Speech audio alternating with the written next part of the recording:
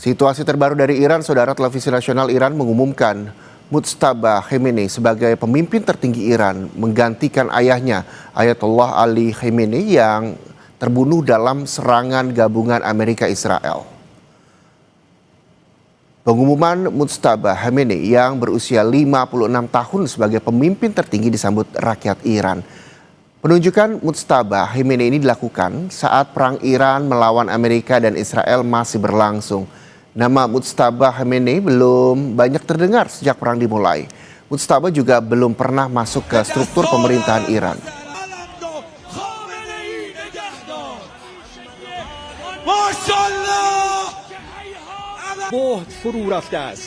قاطع مجلس خبرگان حضرت آیت الله العظما سید مجتبی خامنه‌ای رهبر عزیز ما ولی فقیه ما الله اکبر.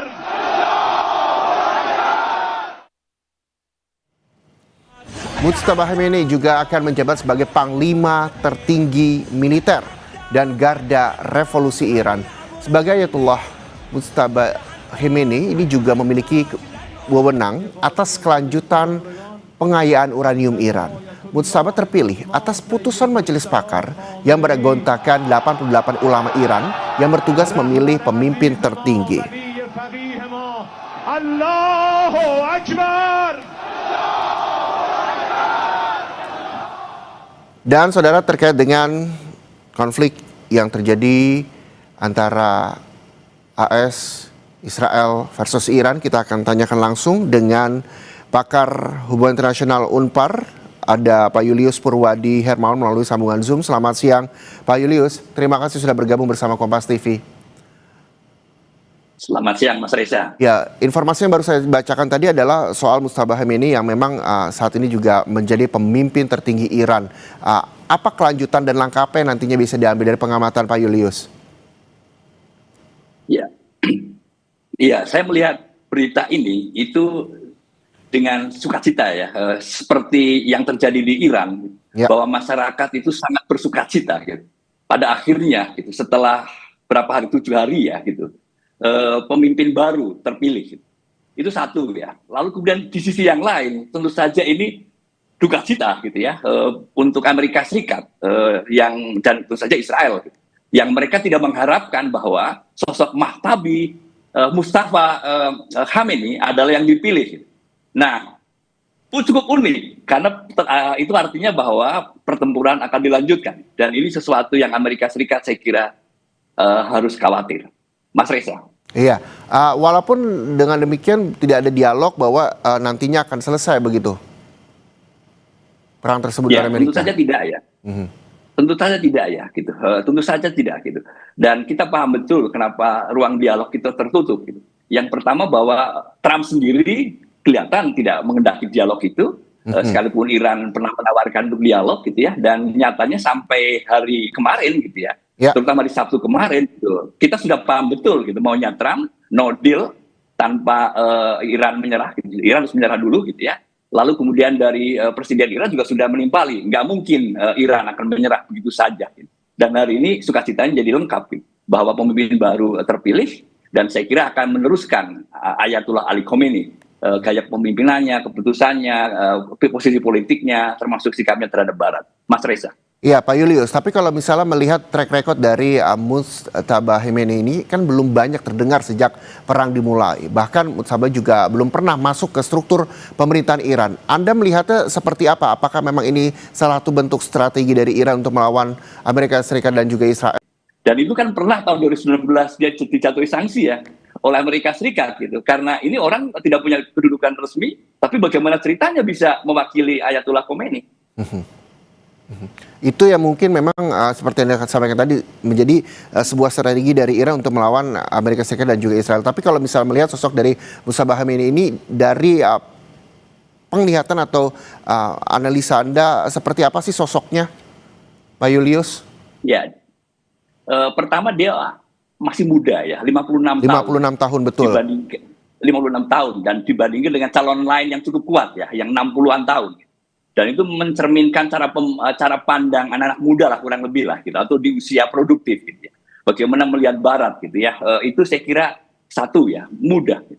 Lalu kemudian yang kedua, kalau kita melihat respon dari Garda Revolusi Iran, Garda Revolusi Islam Iran, saya kira juga sangat jelas. Mereka akan patuh, akan tunduk, mengikuti apapun yang diperintahkan oleh Mujtaba Khamenei.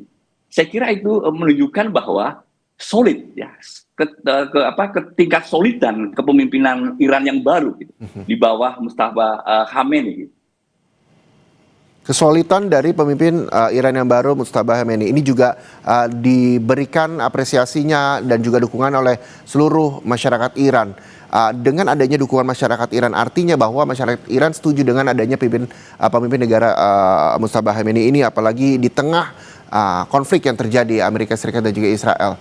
Apakah memang nantinya ini juga bisa menyelesaikan konflik yang terjadi? Ya, harapan kita semua kan menyelesaikan konflik ya, dan kita sudah merasakan dampaknya, termasuk analisis dampak ke depan ya yang sangat berat gitu. Harapannya kan seperti itu gitu. Ya. Apakah akan secepat ini ya, dalam waktu cepat ini, dalam seminggu ini misalnya akan ada penyelesaian konflik? Saya rasa dan saya melihat bahwa kelihatannya kita tidak bisa berharap seperti itu, Mas Reza. Jadi masih banyak proses yang akan terjadi di Timur Tengah sana gitu. Termasuk bagaimana pemimpin baru ini akan menjalin hubungan baik dengan pemimpin-pemimpin negara-negara Arab yang beberapa hari ini kan juga kena dampak ya atas serangan rudal-rudal ke aset-aset vital Amerika Serikat. Itu saya kira yang akan di-approach ya, diperbaiki gitu hubungannya dengan negara-negara Arab ini gitu. Nah, kalau itu terjalin dengan baik gitu ya, barangkali kita juga bisa melihat ada prospek ya kedepannya seperti apa gitu, terkait dengan resolusi konflik. Iya Pak Julius, walaupun memang Amerika Serikat dan juga Iran sudah menegaskan bahwa tidak akan ada lagi atau tidak akan ada dialog, dan masih adakah ini peluang sekecil apapun membawa keduanya ke meja perundingan misalnya? Ya, saya dari awal nyebut sulit ya, ruang dialognya sulit. Tapi sulit itu kan berarti tidak mungkin ya, Mas Reza. Dan saya melihat peluangnya nanti pertama negara-negara di Arab perlu menjaga suara yang sama gitu ya. Jangan sampai reaksi mereka terhadap Iran itu justru memperumit dan memperuncing konflik gitu ya. Itu pertama. Lalu kemudian negara-negara di luar Timur Tengah gitu seperti China misalnya atau India atau mungkin Indonesia ya bisa menggalang komunikasi yang lebih luas dengan negara-negara dunia, bagaimana caranya ya menghentikan konflik yang sudah 1 minggu tapi dampaknya sudah luar biasa ini, Mas Reza. Jadi sulit ketika memang ada negara-negara di luar itu untuk bisa berkomunikasi agar perang ini atau konflik ini juga bisa selesai, begitu ya Pak Julius ya? Ya, betul sekali. Betul sekali. Tapi yang juga kalau berbicara soal Indonesia, yang juga menjadi khawatir adalah warga negara Indonesia yang saat ini juga masih terus dilakukan evakuasi oleh pemerintah, khususnya Kementerian Luar Negeri.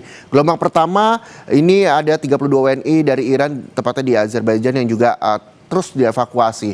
Lalu dengan gelombang-gelombang berikutnya, gelombang evakuasi ini, Anda melihatnya seperti apa? Gelombang evakuasi memang sudah dilakukan oleh pemerintah, terutama untuk warga negara Indonesia. Yang pertama kita akui bahwa kali ini mungkin lebih sulit ya dan lebih kompleks daripada kalau kita bandingkan Juni tahun lalu ya. Ketika kita lebih fokus ke bagaimana mengevakuasi orang-orang Indonesia yang ada di Iran. Itu satu hal ya. Dan berhasil ya tahun lalu gitu. Nah, sekarang problemnya adalah bukan hanya orang-orang Indonesia di Iran saja, Mas Reza. Kita ingat ada juga di Qatar, ada di Arab Saudi, ada di Emirates, Oman gitu ya. Dan itu jauh lebih luas, dan itu saya kira perlu strategi komprehensif ya di antara para dubes yang dapat tugas di sana untuk berkomunikasi, berkomunikasi yang menjaga komunikasi dengan warga Indonesia yang ada di sana tetap survive. Dan saya kira kalau pekerja migran yang ada di sana barangkali gitu ya chartnya lebih baik gitu ya daripada misalnya jemaah umroh ya yang sekarang ada di sana gitu ya yang masih terjebak gitu, atau turis ya warga Indonesia yang ada di sana.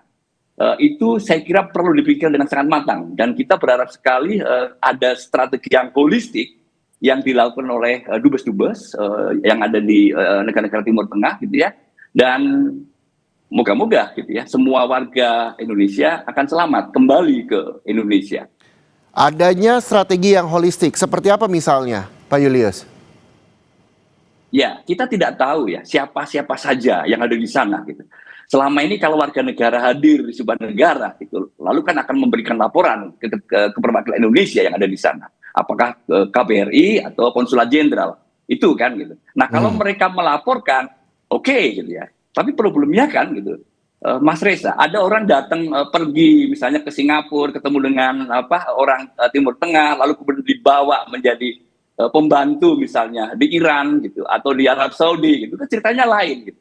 Jadi bersyukur ya kalau data kita memadai, data kita cukup gitu ya, siapa-siapa saja yang ada di sana. Tapi jangan lupa ada juga warga negara Indonesia yang tidak terdata. Nah ini bagian yang pertama saya kira yang perlu dicek ya, informasi data yang akurat terkait dengan keberadaan warga negara Indonesia yang ada di negara-negara Arab.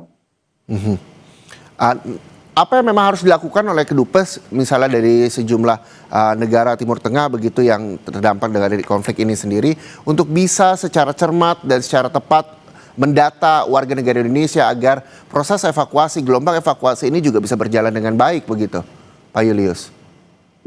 Ya, saya kira kan KBRI sudah merilis ya, nomor-nomor kontak yang bisa dihubungi oleh warga negara Indonesia. Itu step pertama yang kita harus apresiasi. Satu gitu. Tapi posisi kita kan menunggu itu, gitu. Menunggu bahwa warga kita akan mendaftarkan diri. Nah sekarang proaktifnya, ini juga bagian dari strategi yang sangat penting yang harus dilakukan oleh perwakilan kita di sana. Nah karena evakuasi ini kan tidak mudah Mas Reza ya, jalur darat pasti akan panjang sekali ya. Kalau kita bicara tentang Arab Saudi, Qatar, gitu, kemudian Oman, termasuk Yordania, saya harus sebut itu gitu. Jadi tidak mudah gitu ya untuk membangun jalur gitu ya yang aman bagi warga kita. Gitu. Dan pastinya kita harus memastikan bahwa warga kita secara logistik itu juga aman. Kesehatan mereka juga perlu dijaga. Itu juga bagian yang lain, Mas Reza. Sebelum pada akhirnya mereka bisa diterbangkan kembali ke Indonesia. Nah kalau mau diterbangkan kita belum bisa menentukan waktunya kapan, Mas Reza. Itu yang saya sebut dengan strategi yang holistik. Oke, proses pendataan dari warga negara Indonesia juga masih terus berlangsung dan kita berharap bahwa proses pendataan ini juga dengan mudah bisa diterima dan seperti tadi Pak Julius sampaikan bahwa adanya proaktif dari warga negara Indonesia untuk bisa menyampaikan kepada KBRI di sejumlah negara. Pak Julius, kita harus jeda sejenak karena usai jeda kami masih akan kembali berdialog dengan pakar HI Universitas Parahyangan dengan Bapak Julius Purwadi Hermawan. Pastikan Anda bersama kami.